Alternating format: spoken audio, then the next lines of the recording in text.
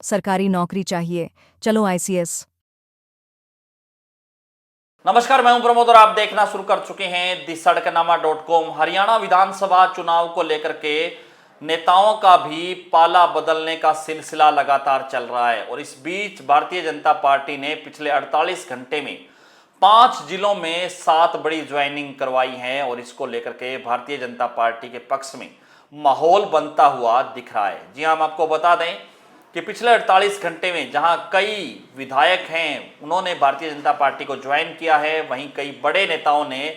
Bharatiya Janata party में शामिल होकर के अपने क्षेत्र में मजबूत पकड़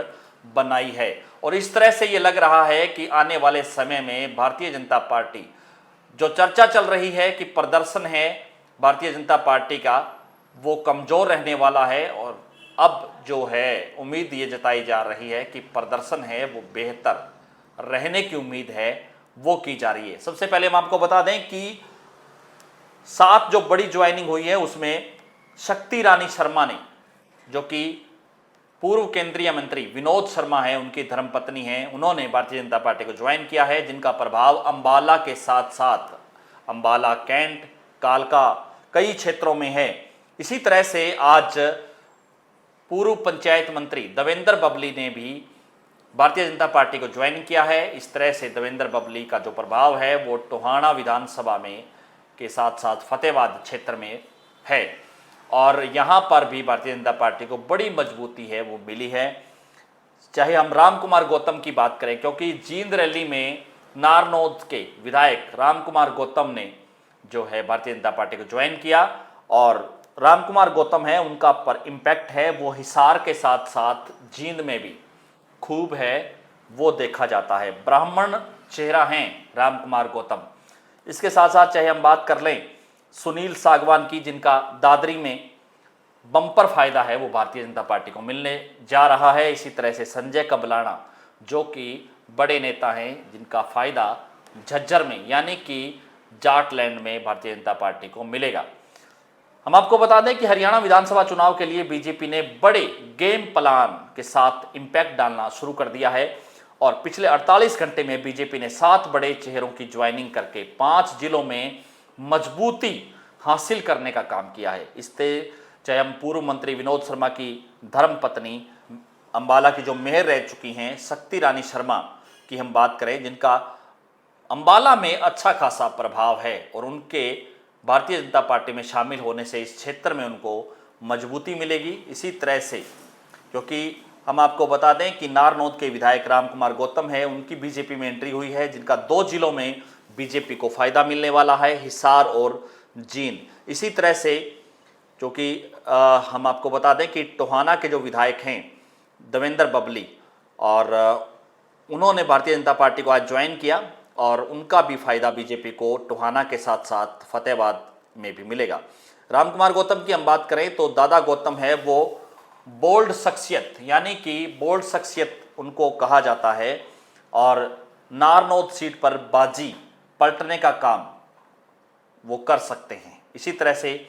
उनका प्रभाव है वो जींद जिले के सफीदो, जुलाना, जींद, उचाना और नरवाना सीटों पर भी इम्पैक्ट डालने का कार्य है वो किया जा सकता है इस तरह से। और हम आपको बता दें कि जींद में राम कुमार गौतम के अलावा जो अनूप धानक है उन्होंने भारतीय जनता पार्टी को ज्वाइन किया, जो कि उकलाना सीट से विधायक हैं जेजेपी के और अब भाजपा को वहां से बड़ा फायदा मिलेगा क्योंकि खास करके एससी वोट बैंक में धानक बिरादरी में भी बीजेपी को मोटा फायदा होने के आसार है वो बनते हुए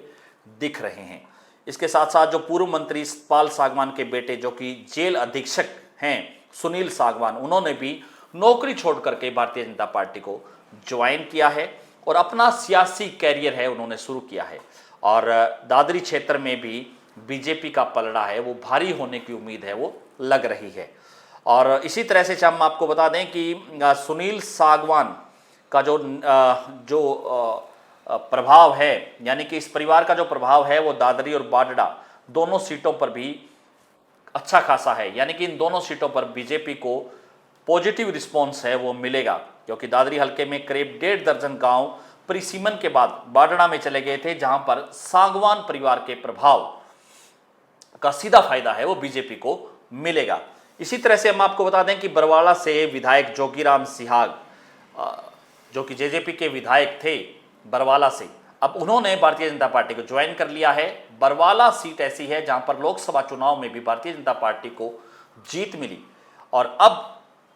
जोगीराम सिहाग के आने से ही भी यानी कि इस सीट पर बड़ा इम्पैक्ट है वो होगा। और उनके आने से, चाहे बरवाला की बात करें चाहे हांसी की सीट की बात करें, तो यहाँ पर इन दोनों सीटों पर इफेक्टिव है वो साबित होंगे जोगीराम सिहाग। और जो कि जोगीराम सिहाग हैं वो हिसार में रहते हैं, तो इस तरह से इस बेल्ट में भी बीजेपी को अच्छी खासी बढ़त है वो मिलेगी। इसके साथ साथ चूंकि हम आपको बता दें कि 2019 में क्या हुआ था कि चुनाव में बादली सीट पर जो है 28,000 से ज़्यादा वोट लेने के बाद जो संजय कबलाना है वो बीजेपी को पूरे झज्जर जिले में अब पॉजिटिव मूवमेंट मिलेगा। यानी कि बादली सीट पर जो संजय कबलाना है उन्होंने 28,000 वोट लिए थे, और अब चूंकि वो बीजेपी में शामिल हो गए हैं तो इस सीट पर भी बीजेपी को फायदा मिलेगा निश्चित तौर पर। इसके साथ साथ चूंकि उनका अपना जनाधार भी है और वहीं बेरी हलके में उनका गांव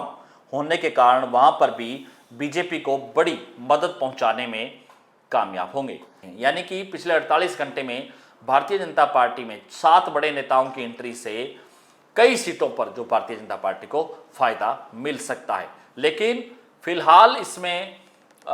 ये कहा जा सकता है कि आने वाले दिनों में, क्योंकि अभी टिकटों का आवंटन होगा और टिकटों के आवंटन के बाद ये तय हो जाएगा, क्योंकि मुकाबला है वो बेहद जो कि कांटेदार कहा जा सकता है, क्योंकि लोकसभा में 5 ही सीटों पर कांग्रेस ने बाजी मारी और 5 सीटों पर भारतीय जनता पार्टी ने जीती। तो इस वीडियो में सिर्फ इतना ही।